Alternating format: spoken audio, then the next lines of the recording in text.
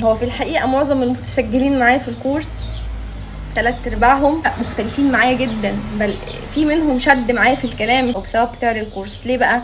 طبعا انت متخيل ان هم بيتناقشوا معايا عشان ارخصه، لا هم بيتناقشوا معايا علشان اغليه، وده كلامهم اللي هم كاتبينه قدام عينيك، هتشوفه وهتسمعه.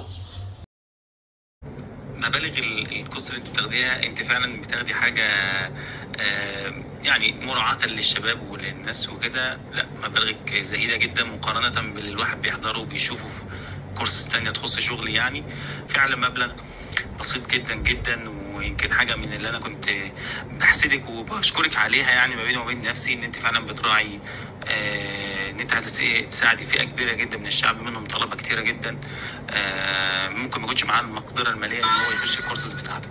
لكن الكوست عندي لا تمثل أي عبء تماما، لأن المبلغ فعلا بسيط، جد بسيط.